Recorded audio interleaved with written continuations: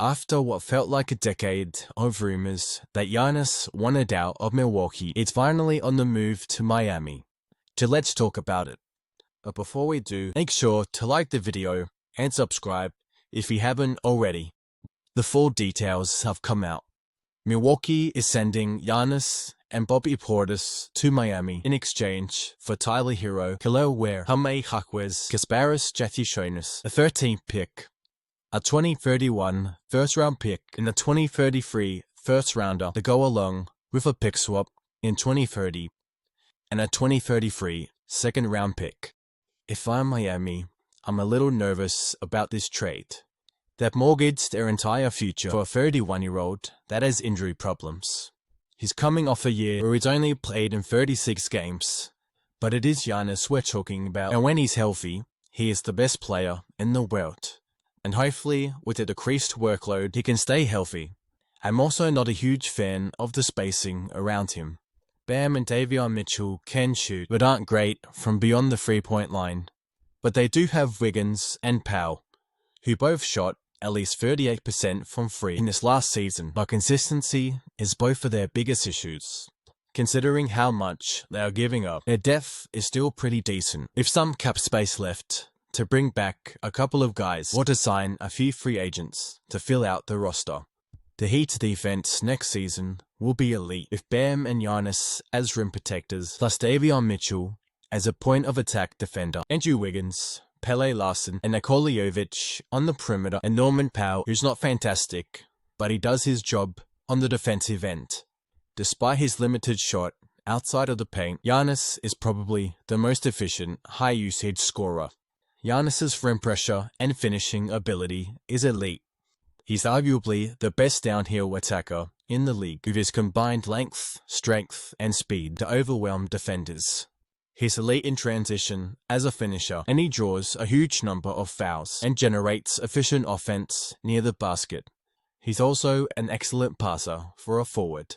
He handles double teams well and can create open shots for teammates. He's effective as a point forward and an offensive hub. As long as Pat Riley doesn't mess up in the free agency period, Miami should be one of the heavyweights in the Eastern Conference again. Do I think they're a championship-level team next year? No, but I think they can compete for a top 3 seed in the East. That brings me back to my concerns about this team's future. Giannis and Wiggins are 31. Powell is 33. Bam is 28. And if you're not competing for a championship, you're just wasting everyone's time, including yours. I have to see what they do in free agency to fully determine whether I think they are contenders or not. But Miami still has some solid scorers, like Powell, Bam, and Wiggins. So Giannis doesn't have to put the team on his back offensively like he has done in the last couple of years in Milwaukee. It should also allow him to get back to his best defensively. Defensive Player of the Year caliber player. The new look Heat lineup looks like this. Davion Mitchell at point guard, Norman Powell at shooting guard, Andrew Wiggins at small forward, Giannis at power forward, and Bam at center, with Nikola Jovic, Bobby Portis, and Pele Larson off the bench. I'm a big fan of this trade for Milwaukee. They don't get a superstar in return, but when it comes to a rebuild, with this return, you can't start it much better. Tyler Herro became an all-star and is a 20-point-per-game scorer, and he's only 26 years old. Jaime Jaquez has become one of the better bench players, being runner-up in the 6th Man of the Year award race. He's a 3-level scorer that can do a little bit of everything, including shooting 50% from the field. He can score, rebound, playmake, and defend, and for a forward, that is extremely hard to find. He's also only 25 years old too. Kel'el Warr has become one of the more promising young centers in the league, with his ability to protect the rim, with his elite size at 7 foot, and his unique ability to stretch the floor and also be a lob threat. He's also quite a good rebounder despite his smaller frame.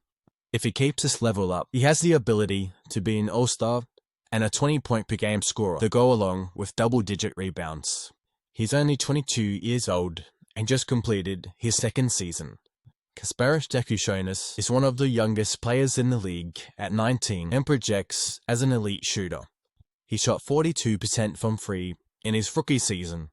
Coming into the league, he wasn't known as a shooter and had consistency issues shooting from beyond the three-point line.